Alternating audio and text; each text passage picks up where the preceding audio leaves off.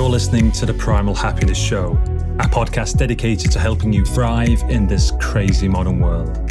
Every Tuesday, we explore the nature of how our minds really work, what exactly the human animal requires to thrive, and how we can live happier and more fulfilling lives. If you're new here and haven't yet taken our free class, then there's no better place to get a jump start on reclaiming your primal happiness. It's where we'll guide you step by step through our antidote to today's modern world. Simply head on over to primalhappiness.co/antidote to get the free class and discover how to thrive without having to move to a planet that's not so crazy as ours. But now, your host, Leanne Brook-Tyler.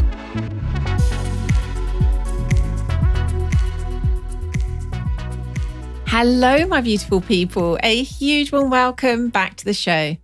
In today's crazy modern world, men and women are living shallow, disconnected, and unfulfilling lives. So we created the path for those who are ready to reclaim their wildness and actualize their deepest gifts.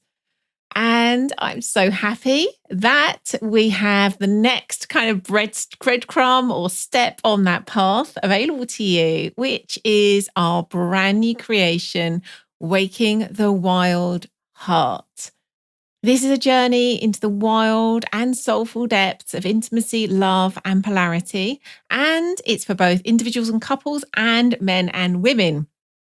And this is the first program, course, experience, offering, whatever name you want to call it, of its kind ever. But even Jonathan and I working together like this, creating something that's for both men and women, that's the first time that's happened in many years. So we are so excited about this. We really are. We've been deep in conversation about it, actually talking about how through one lens, this is very much about how we can show up in relationship to create relationships that are ones that really fulfill us, that allow us to feel that we're living from our hearts. And on the other hand, it's actually about how we live. You know, how we show up in relationship is just actually how we're showing up in life. And I was just talking to someone on a call just now and said, you know what, really, all of our work is about returning people to themselves, to be able to live from soul, live from heart.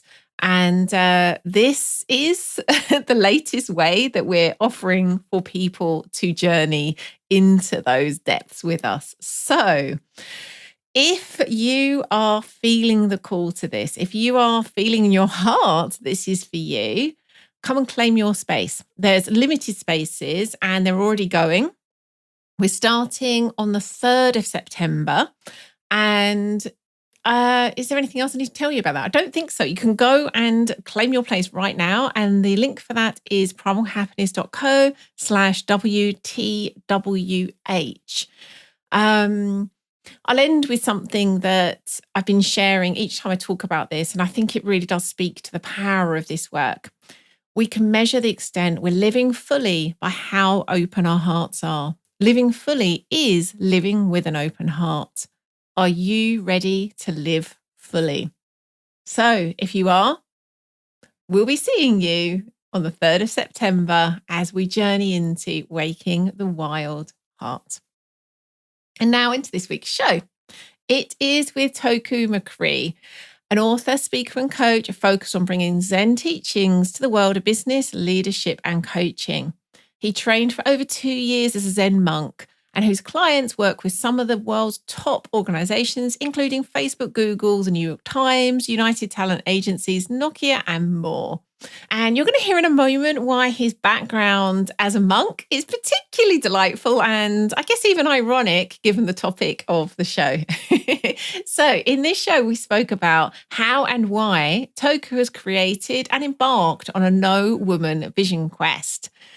He shared openly about his past relationship patterns and how they were, at least in part, the inspiration for him to create this quest, what he's discovering in it so far. And finally, he shared some really practical and wise tips about how to create your own quests of this kind if you're feeling called to do so. I would say also at the outset, although this is a man talking about his kind of heterosexual relationships with women and his kind of fast from that, I honestly think that no matter who you are, what your sexual orientation is, or anything else, this has deep, deep wisdom and applicability to your life. So come listen if you're feeling at all intrigued. It absolutely isn't just for men. Let's jump in. Hello, Toku. A huge warm welcome to the show. So happy to be here. Really excited to talk to you about this topic. Yeah, me too. Me too. In fact, I actually think we have got quite a few different topics in us. I feel like this could be the first of many, but I'm really excited about this particular topic. So I hope I'm going to get this right. No Woman Vision Quest. Mm-hmm. Let's just start with you explaining what that is and why you've chosen to create it. Yeah, so it's basically for a period of time stepping out of a relationship with the embodied feminine. And that, in particular is women, right? Though that's not the only way the embodied feminine shows up.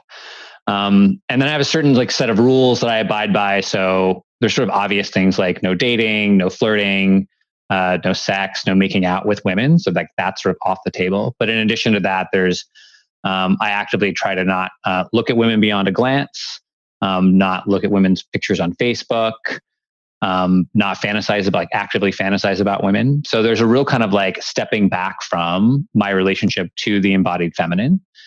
And then through that same period of time, cultivating a relationship with myself, my own internal feminine, as well as the sacred or divine feminine.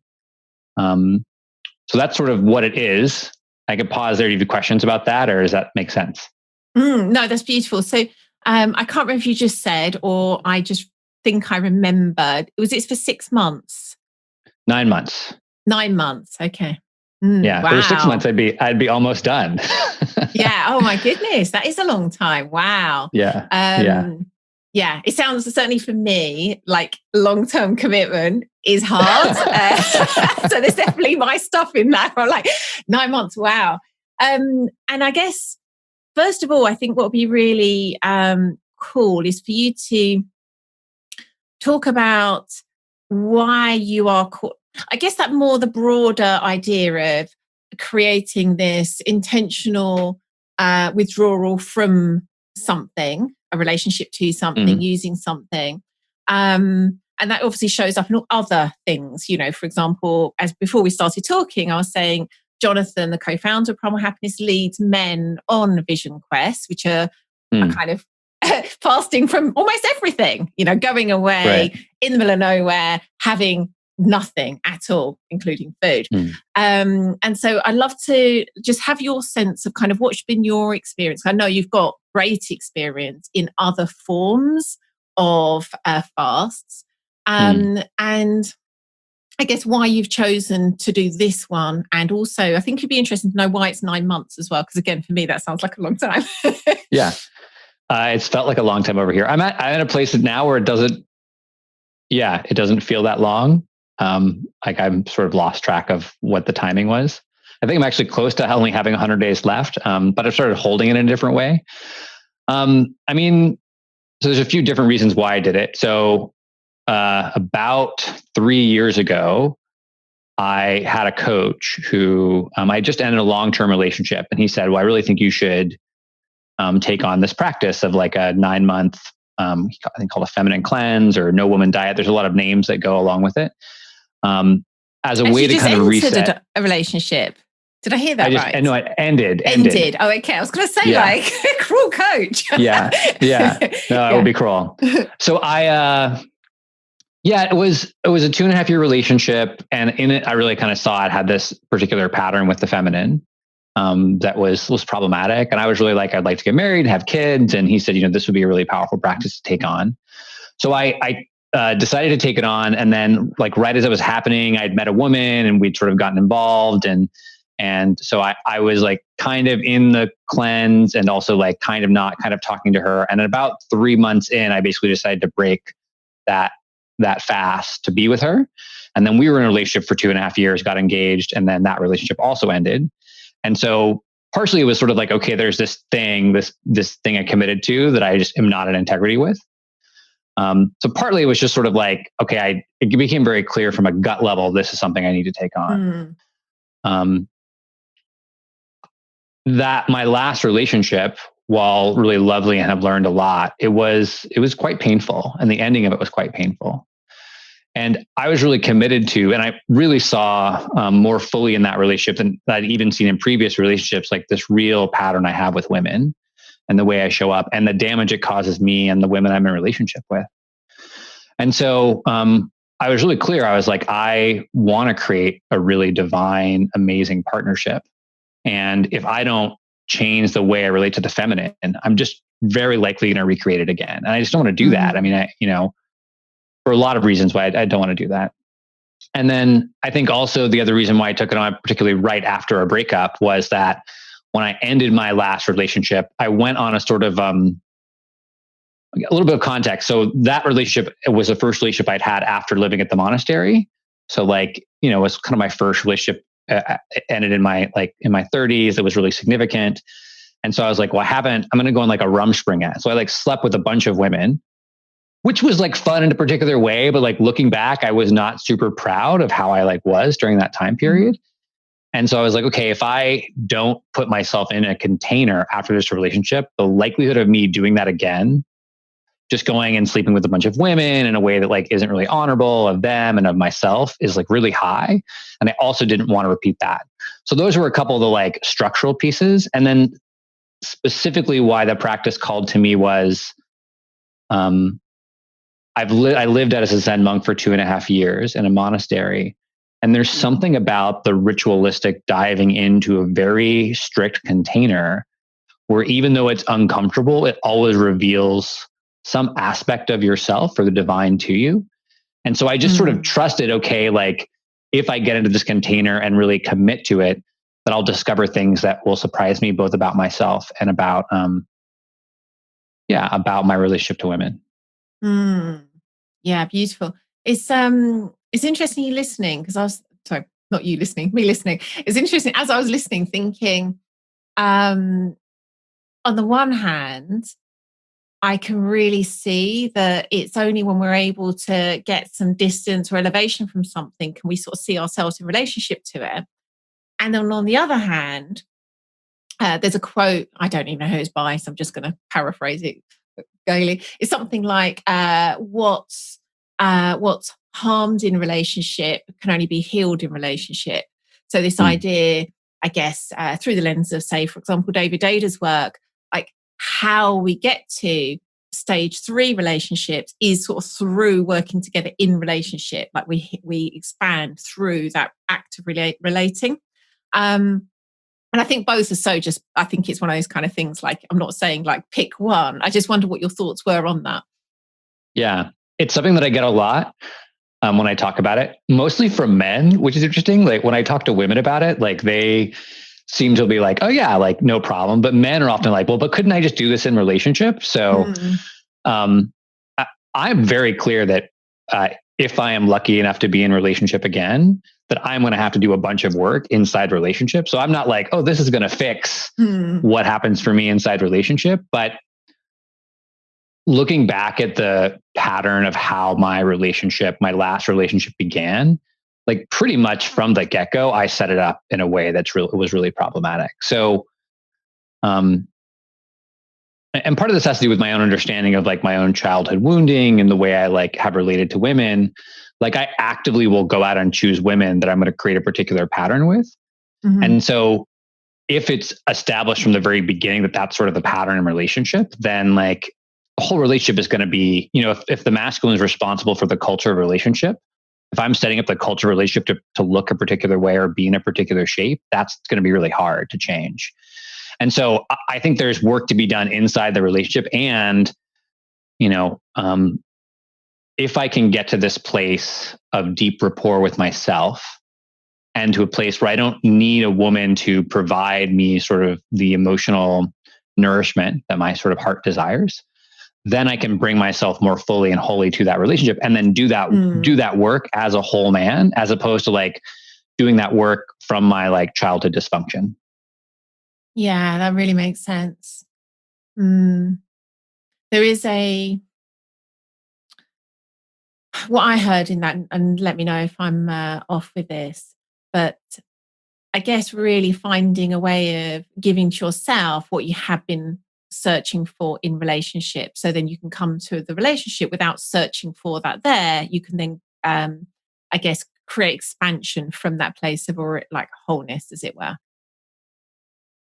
Yeah, I mean, I think that the quest changed. It sort of turned at a particular point. I'd written a what I'm doing this for like document, and originally it was sort of all about creating relationships. Sort of like, okay, I'm doing this so I could have this relationship that I want. I've always had this longing for a deep, sacred communion with a partner that included, co-creating children together. And I'm, almost 40. And I'm like, oh, when am I, this ever going to happen? And there's sort of that scarcity mindset that pops up. And then as I got deeper into the quest, it became more and more about my relationship with myself. And so, yeah, I mean, I think I kind of went into it with sort of the hopes that it would sort of fix my relationship to the feminine, and really what it has done is transform my relationship to myself. Yeah, that really does make sense. I feel like this is a slight tangent, but I think it's quite an interesting thing to talk about anyway. I know just from watching you share about this on Facebook, I could see that you were getting, I think you're basically triggering people.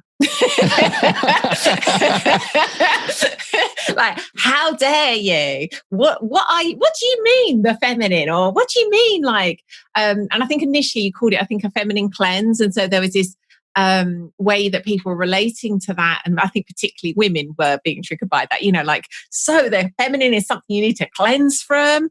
And, what about all genders and all that kind of stuff? So there isn't a particular question there. I just, I wasn't expecting that because it's just not how I relate to what you're up to here. But I found that really fascinating how it did trigger people. So I just wondered what you have to say on that, because I think that in itself is fascinating. And it's also, I guess, part of you experiencing this, isn't it? Like how other people are experiencing it is also part of your experience of it. Yeah. I mean, I guess I shouldn't have been surprised that the feminine in some way, shape, or form would have pushed back against my container. That's pretty normal, right? But you were surprised too, were you? Yeah, I mean, I was surprised by the sort of exception they took to this idea, or the particular women, I shouldn't say they, particular women took to this idea of like a fast or a diet. Like a lot of people just said like, why don't you just call it not dating? Or why don't you just call it this? And I'm like, well, that's not sort of the intention of it. And yeah, originally I was calling it the no woman diet or a feminine cleanse. And I mean, I do think there exists inside our patriarchal, misogynistic culture a feeling of like there's something wrong with women, or that women are the holder of chastity, or like either woman can be like a virgin or a whore, right? That there's sort of like that dichotomy. And so I think that pinged that dichotomy for people.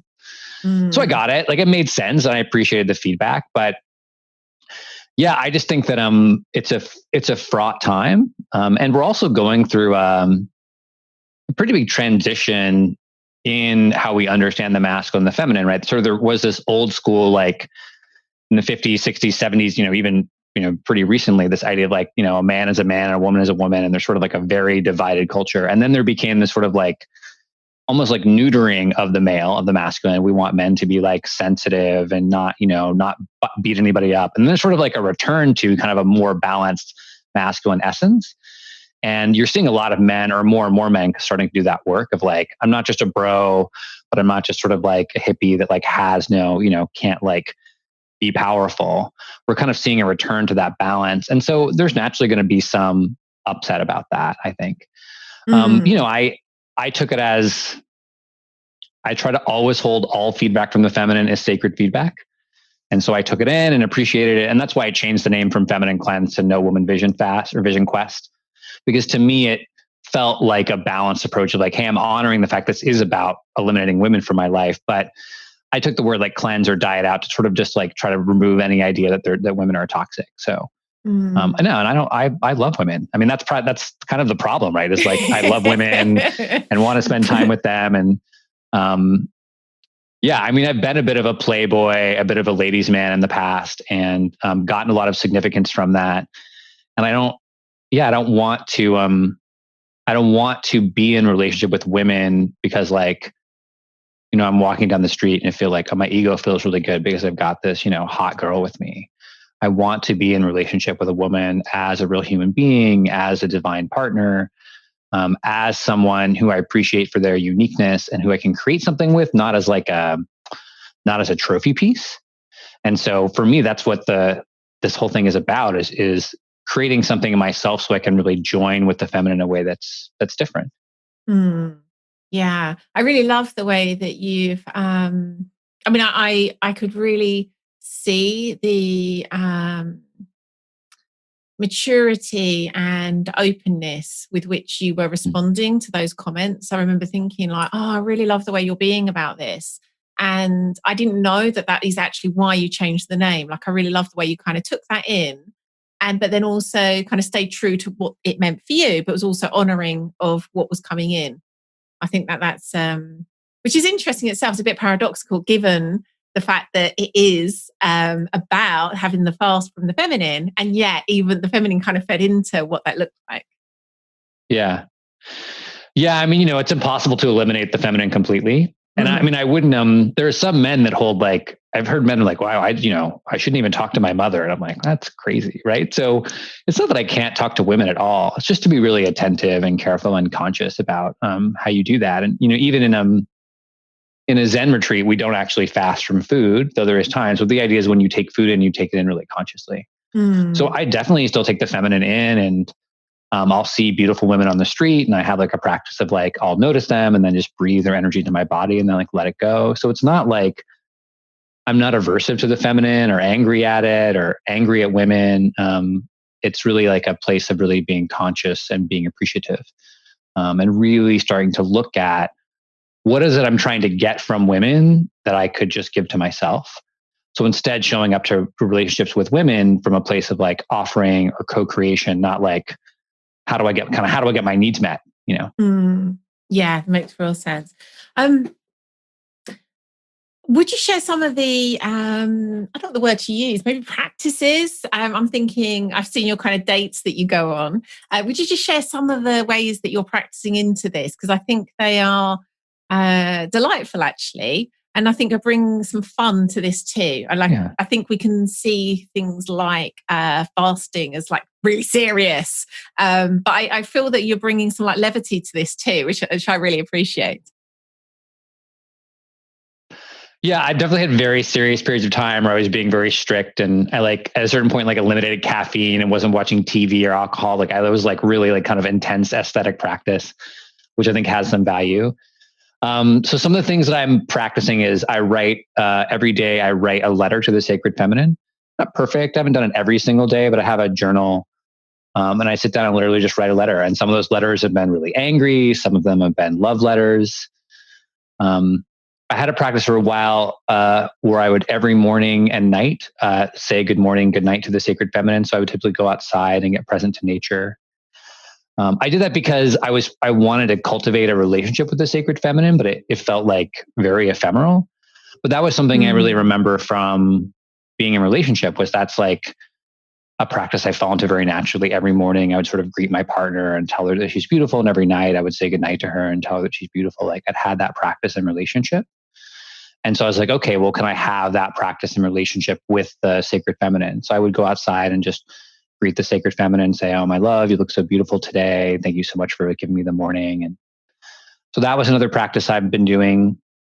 And then about 3 months in, I was listening to a video by Kendra Kunov. So she runs a thing called the No Man Diet for women. Can I just stop you for a moment? Because I just really want to share something. It's so interesting hearing you share that practice you're in. And I felt like I was really receiving it as you were talking about it. That really moved me. Like it felt like a kind of like a nourishing and seeing of me, even though it was actually to, the divine feminine. And I really felt that in my body as you were talking about that. I just wanted to share that there's something so beautiful, I guess, about a man being able to relate to the feminine in any form in that way. I just really wanted to share, like, I so appreciated that.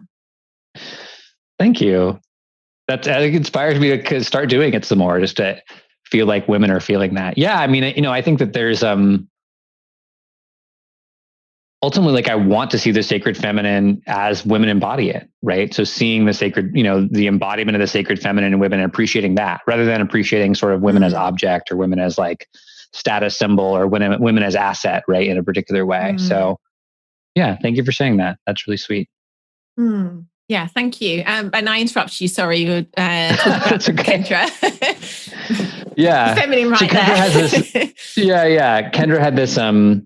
Has this no man diet, and she talks about women in the program would like create. They realized they didn't have space for their ideal partner, so they started creating space where they would like leave a space open on the bed, or they would like make dinner and set a place. And so I was thinking about, what is the masculine version of that practice, right? What would the masculine version be? And so if I think about the masculine version as a version of creating space and being one of penetrating the moment, or penetrating situations with love, I said, to me, a very masculine practice would be waiting, right? There's and it's sort of ritualistic, right? But there's like, often when I go on a date with women, and this could be perceived as like a knock against women, but like, often I will wait for them, right? So I'll like come to the house and they'll be getting ready and I'll wait, right? And so to me, there's something very beautiful about that practice. And so I created this practice called wait night, date night. So I literally get dressed up like I'm going on a date, and I buy flowers, and then I choose a restaurant that I would take a woman to. And I kind of think about, okay, what restaurant am I taking the sacred feminine to? And so then I go to the restaurant, and I write a little entry in my sacred feminine journal, and I put the flowers in the seat next to me, and I usually draw a card from a tarot card deck or from an animal spirit deck to kind of give me like a spiritual frame for the evening. And then I literally just sit for an hour and wait. And it's not meditation. I'm not doing a mantra. It can be quite boring at times. I literally just wait, sort of this ritual waiting. And I've had incredible experiences. So the first time I went, I had a lot of memories of sort of first dates with a lot of people, and memories of first dates with my ex, and a lot of pain and sadness. I had this one time where I was sitting in a parking lot and it was windy, and it felt like the sacred feminine was dancing in the trees. I just really watched the trees for an hour. I've had whole evenings where I just was really present to like the future, and thinking about the future and what the future would be like. And so I really just trust whatever arises for me in the moment. And then actually I then come home and take the flower that I have. I take one of the flowers in the bouquet, and I put it on the altar, and that becomes my altar flower for that week. And then I refresh the flower every week. So it starts to like, grow into my practice and the altar to the sacred feminine that I have. What do you just, when you're talking about the tree and the wind blowing, it put me in mind on a couple of things, which might seem unrelated. Maybe they're not actually. I'm guessing you're familiar with Bill Plotkin's work, who is kind of one of the, I guess, more modern proponents of the whole idea of vision quests. I think you really dig his work. Amazing man. His book Soulcraft is all about this journey, I guess, through the medium of connection to wildness and ultimately into your soul. And there's it's just, there's so many amazing parts of that book, but it starts with what would you describe it as? I guess meanings or patterns or symbolism that he saw in a tree. And also I have a kind of special relationship, let's say, with a tree. It's an ancient oak that's just kind of at the top of a hill that I walk my dogs to. And I was thinking, I guess I think it's interesting that you're doing a vision fast that allowed you to see that in that tree. And then his work is very much about kind of taking yourself out into nature and seeing that. And then that's also what I see. And I was thinking, I guess maybe wasn't your intention. I think anytime we're able to create that space for something other than that kind of almost compulsive way that we can be in life, where we're just being constantly pulled by this person, that routine, that demand. And I just really heard that in, like you wouldn't have been sitting in that parking lot experiencing the tree and the wind that way if you hadn't chosen into that practice. Yeah, I mean, it's very often the place I've seen the divine feminine has been in nature. And yeah, I mean, it's in the same way that I've put myself in this whole practice of the whole quest, as well as the way I put myself in the particular practice of this wait night, date night. There's a lot of just like trusting in what shows up. And I've always been, for the most part, really blessed. There have been wait night, date nights that have just been very boring, but sometimes you go on boring dates and that's okay. Yeah, that's true. That's true. I'm supporting one of my clients at the moment through a whole bunch of dating, and oh my goodness, everything, all sorts. I haven't done very much dating. I've been much more of a serial monogamist, and I'm kind of hearing what dating can be and how varied it can be. Like, whoa. Yeah, I'm not really looking forward to dating. I often miss being in a relationship, but I do not miss dating. And I don't, there's a part of me that wonders if I'm going to do the fast for longer, just because I don't really want to start dating. I've gotten to a place where I'm sort of like, I don't really want to start dating, but the universe probably has a plan for what's going to happen after this. And I have no idea what it is. So, yeah.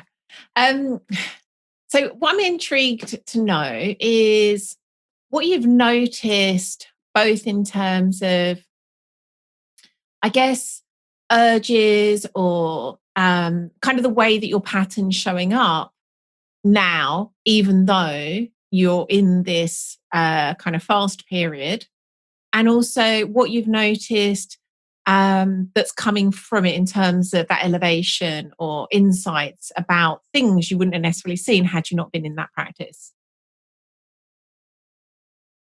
Yeah. So some of the things I've seen is a feeling of like women owe me something, right? So I'll notice that there's sort of like and almost then like wanting to be kind to women so that they'll owe me something. So it's something I noticed pretty early on, was sort of like a creating of obligation, which is pretty reminiscent of my pattern in relationship. So in both of my last couple of relationships, I got into a place where I was feeling not as supported by my partner and providing for them in a way that didn't feel like super good for me. So in 2 relationships ago, my partner literally was not making any money, and I was sort of supporting them. And then my last relationship, we worked in a business together, but we had a lot of arguments about, we were both coaches, and we had a lot of arguments about like, I really wanted her to go get some clients and that's not what she wanted to do. And so, it started to feel like I started to get into this pattern of like, well, I'm sort of taking care of you, or I'm sort of providing in a way that doesn't feel aligned for me. And, it's complicated, right? But there's ways in which I saw I set up that pattern early on where I was like, oh, I'll just take care of everything, right? Instead of kind of being like, well, what are actually our agreements here? I actually don't mind the idea of providing. I just want to make sure that there's some agreement about it or balance it in a way that feels good to both of us. And so there's a way in which I saw that show up in my relationships, and I started to see little microcosms of that.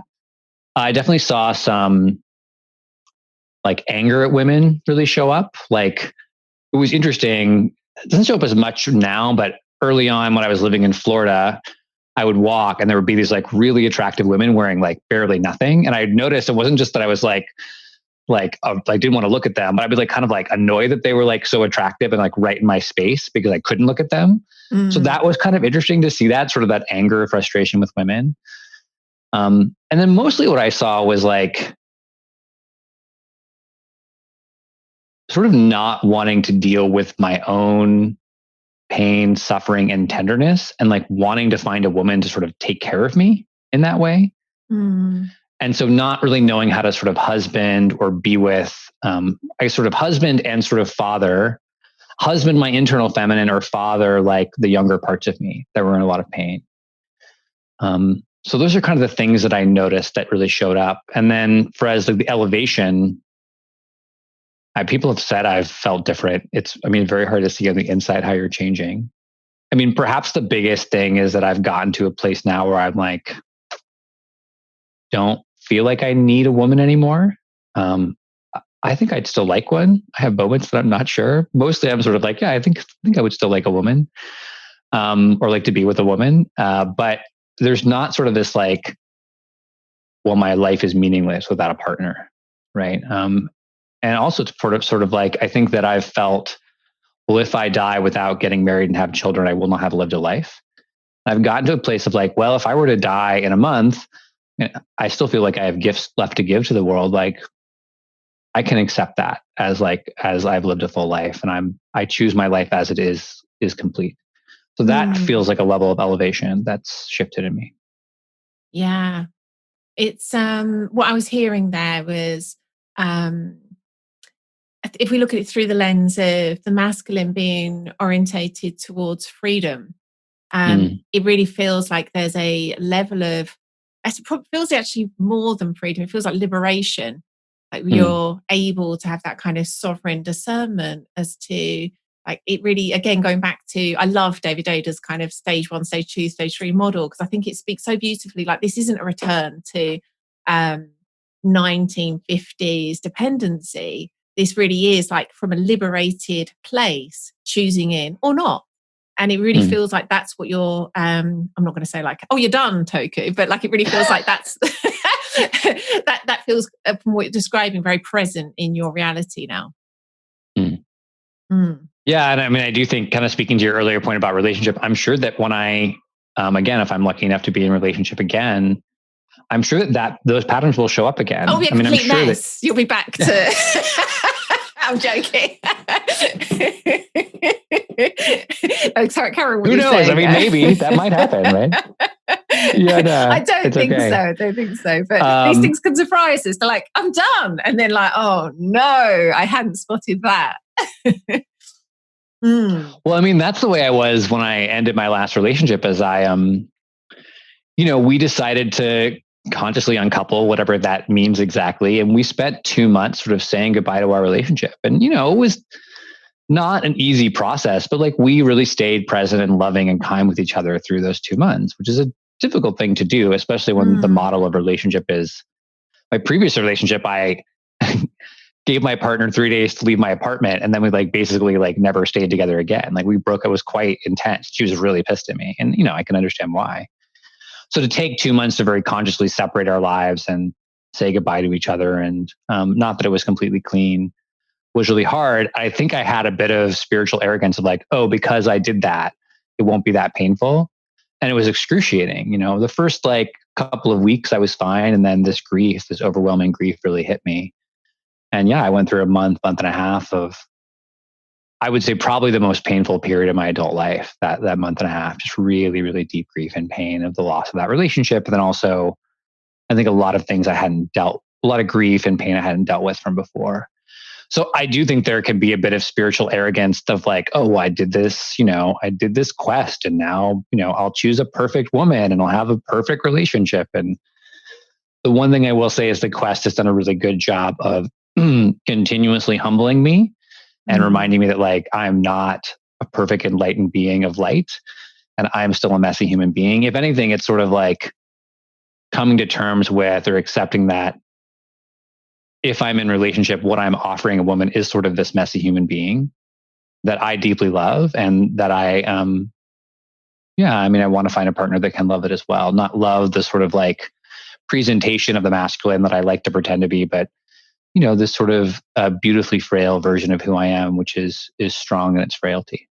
I can really hear the love with which you're talking about that kind of all of it, the humanity that you have because you're human.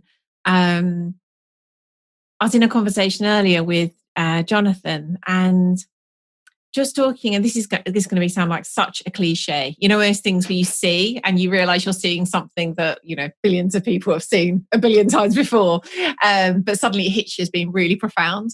And I was really seeing how powerful it is to be able to take something that's been held in shame and bring it into the light to be loved. And whether that be loved by someone else, sometimes that's someone you're in a relationship with or a coach, sometimes, and I think probably most powerfully when we're actually able to love ourselves there. And it was really hitting me that personally earlier, but then also seeing ultimately that's the heart of any time that we're able to expand past these patterns where we've had to kind of operate from this idea of the only place for this part of me to exist is in shadow, and because it's shameful and I can't let anyone be in relationship to it, let alone me. And I think what you're describing is that, it's that, yeah, all these parts exist. And even after this amazing 9-month period, they'll probably still exist to an extent. And here they are. And I love them, is an invitation for someone else to love you there too. Yeah. I mean, Kendra has this great quote she says in one of her videos where like, that people will know how to love you because that's how you're loving yourself. And to so me, much that's like better than that big waffle I just said. Thanks for that. No, I found what you said quite beautiful and quite poignant. But I think there's something about like being an invitation or being a teacher to how other people can love you because that's how you're loving yourself. And that's been hard. Yeah. I mean, that's been a real challenge for me to love all those parts of myself and love all the insecure parts. And I think there's this idea of like, especially amongst men, but I think it exists amongst women too, of sort of like, I'm going to do X, Y, and Z practice. And then my insecurity or my neediness or whatever part that I don't love is going to be gone. And I think instead it's sort of like, for me, it's more and more like, how is the sacred masculine in me holding my first and second stage masculine? How is it holding the wounded children in me? How is it holding those parts of myself that are difficult or hard to be with, rather than like they're getting banished to some place, right? They're integrated and included and penetrated with love in the same way that I would penetrate any aspect of life that's difficult with love. Yeah, beautifully said. I think that's so true that we can see this as when I'm at stage 3, all parts of me are stage 3, but I love that you're like, no, likely there's parts of this actually still at stage 2 and stage 1. Yeah, beautifully said. Oh my goodness, realised that we're running towards the end of the show. What do I want to ask you before you go?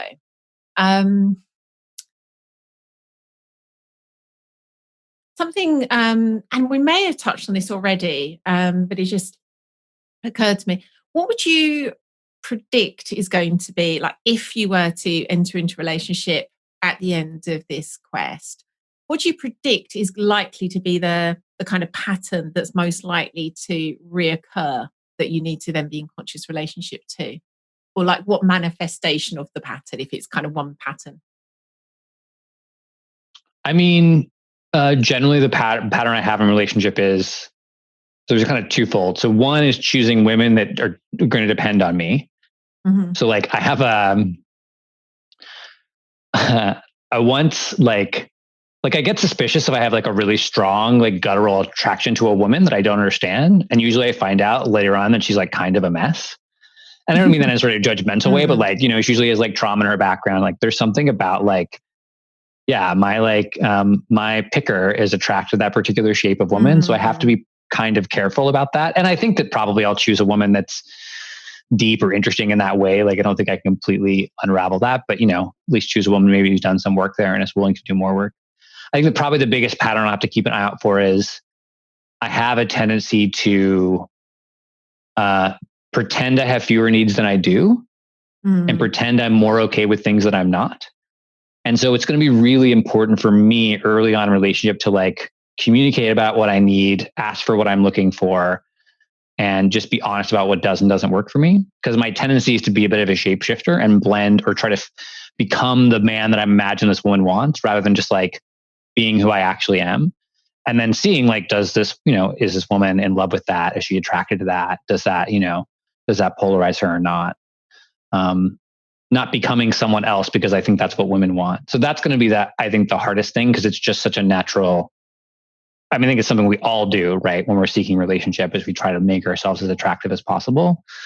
And then when I get into a relationship, I often early on will just be like, no, like my last partner was gluten-free and like I basically was gluten-free, like while we were in a relationship, which is fine. I didn't mind doing that, but like probably earlier on, I need to say, hey, I'm happy to be gluten-free. And sometimes I'm going to eat pizza right in front of you. And I need you to not like give me a sad face when I do that.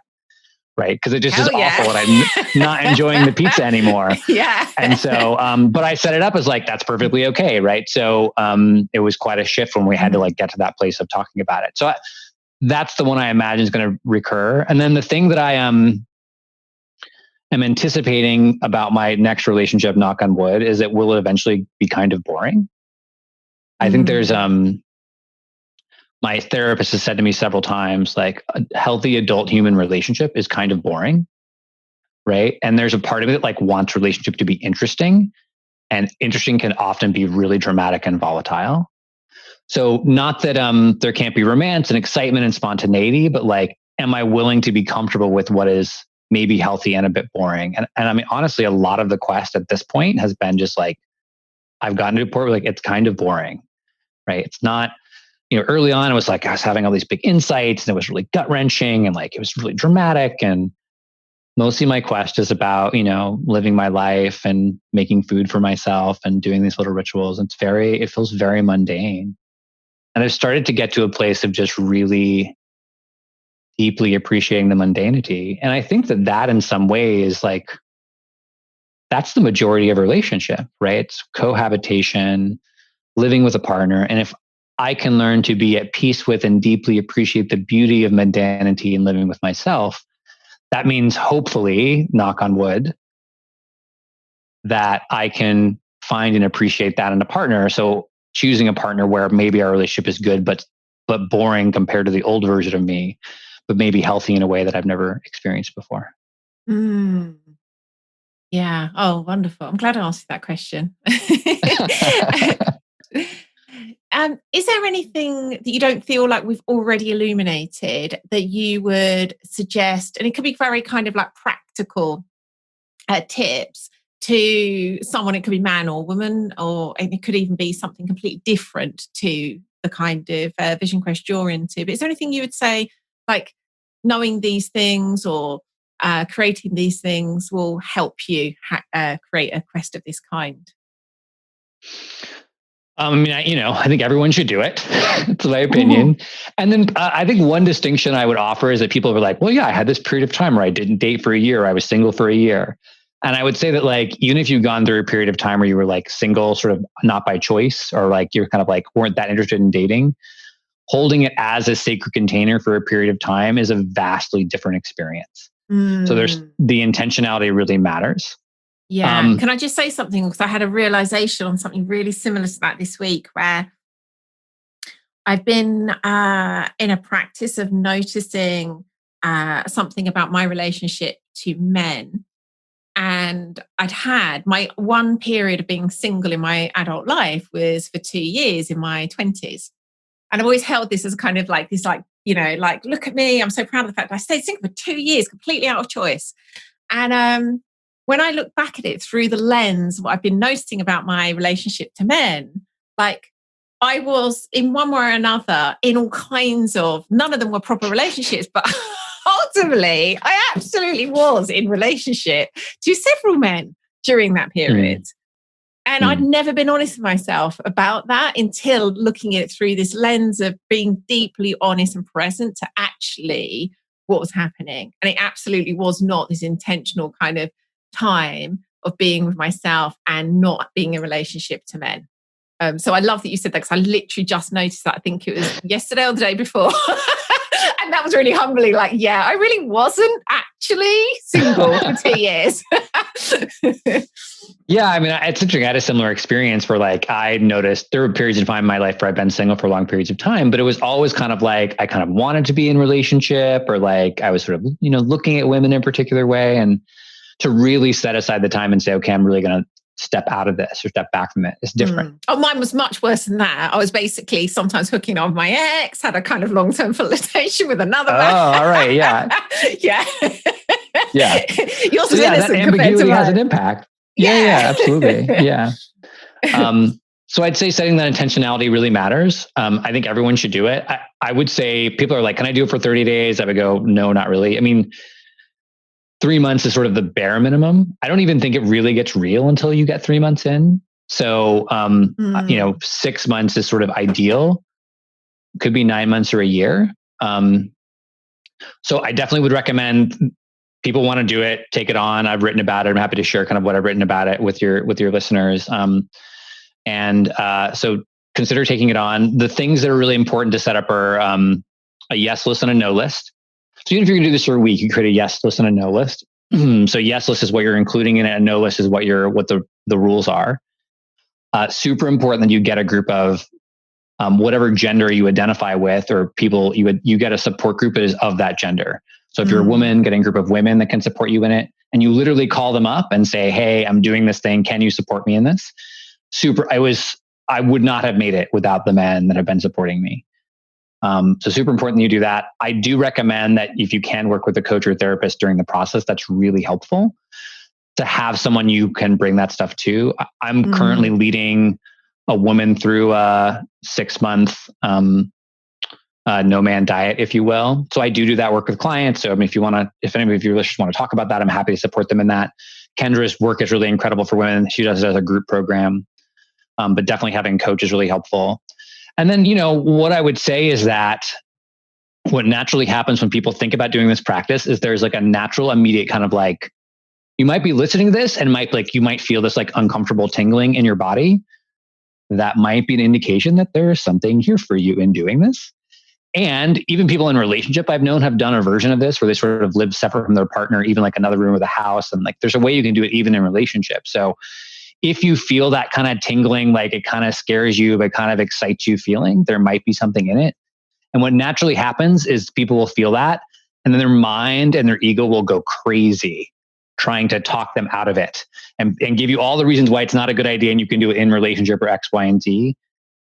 If you can really trust that tingling call that there's something there for you, if you can trust it long enough to get into the container, it will be difficult, but it's absolutely worth it. I mean, it is life-changing, death-facing, deeply transformative sacred work. It's one of the most, it's up there with the monastery as one of those practices that I've taken on that's really transformed my relationship to myself and to the world around me. Yeah. Yeah. Wow. And that's like one big old fast. So quite some comparison. Yeah. I was thinking earlier, there must be some, I don't know, book title or something to play on like Playboy and Monk. I hadn't already thought of that. Well, thank you so much, Toku. If anyone's listening and would like to find out more about you and your work, which you've kind of touched on other aspects of your work, and again, I feel like we've probably got at least one other show in us. So we may well talk about those things, but where can they find out about you? Yeah. So if you're interested in working with me as a coach, I do executive coaching and work with clients one-on-one. You can go to unexecutive.com, and I write poetry. I write about the vision quest. I write about leadership. So it's sort of a blog about all those things. And then if you are a coach who wants to develop mastery or grow your business, I have a separate website for that called the Samurai Coaching Dojo, where we train coaches in the art of deliberate practice. And then, I'm also on Facebook. So people just want to send me a Facebook message, and it's amazing. I have a way for people to connect with me very easily at the end of all my emails, and people almost never reach out.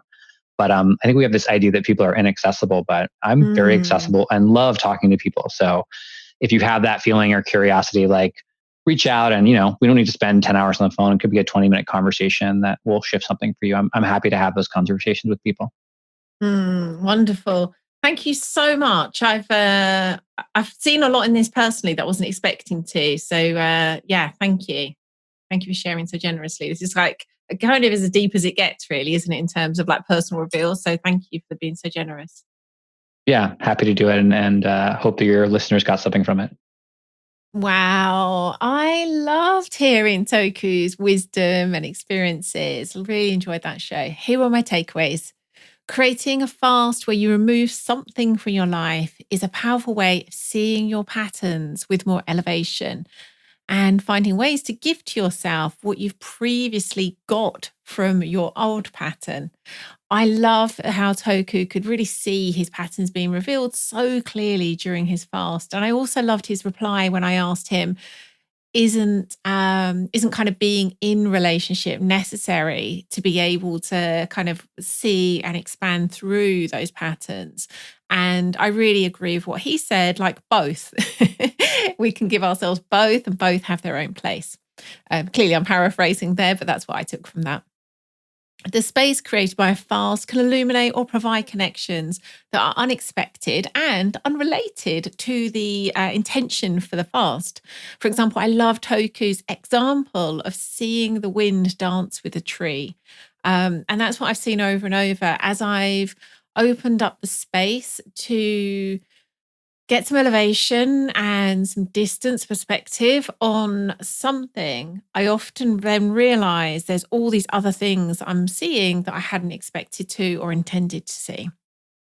Lastly, everyone should do one and intentionally too, not just being single, but actually creating the space to do a fast of this kind. And if you're feeling that mixture of fear and excitement that Toku spoke about, then why not accept his invitation and create a fast for yourself too? If you'd like to get the notes and links for everything we spoke about this week, hop on over to the show notes, and they're at primalhappiness.co/episode 291. And as I mentioned right at the start of the show, we now have enrollment open to the, oh my goodness, wild, glorious, juicy, deep adventure that Waking the Wild Heart is proving to be becoming. I'm already getting that, even though it's not started, I'm already getting a sense of that just from the conversations we've been in with people, the people who already joined, the conversations between Jonathan and I. This is going to be quite something. We begin on Thursday, the 3rd of September. There are limited places. We really want to make sure this is intentionally intimate and powerful. And the places are already getting filled. So if you're feeling this is for you, go and claim your place now at primalhappiness.co/WTWH. Also, hot off the press, I'm not going to do a very good job at speaking to this clearly, I don't think, because I've literally just remembered. But we've just created a webinar event for, when is that happening? Let me just quickly check my diary. That is happening at 4 p.m. BST on Wednesday, the 12th of August. And it's a free webinar for our gorgeous Facebook group members. And the topic of that is how to unleash the power of your wild heart. So this is a free webinar with myself and Jonathan talking about that gorgeous topic. So if, for example, you've been really feeling the call into this exploration and reclamation of your wild heart, that might well be a really good place to start. So if you're not already a member of our group, go along to facebook.com/group/primalhappiness. You can join free of charge, and then you'll see the webinar in the events there for you to sign up to, and you'll get all the information in terms of like date, times, Zoom link and everything there. So hope to see you on that webinar soon too. It's a couple of weeks, I think, isn't it? Yes. Okay. And I think that's everything I need to tell you about for the moment. So if you don't want to miss out on next week's episode, and we have some, again, gorgeous ones coming up, really gorgeous ones, head on over to Apple Podcasts, iTunes, Stitcher, or your Android or iOS app of choice and hit that subscribe button. That way you'll get each episode straight to your device as if by magic as soon as it comes out. Thank you so much for listening. You've been wonderful. Catch you again next Tuesday.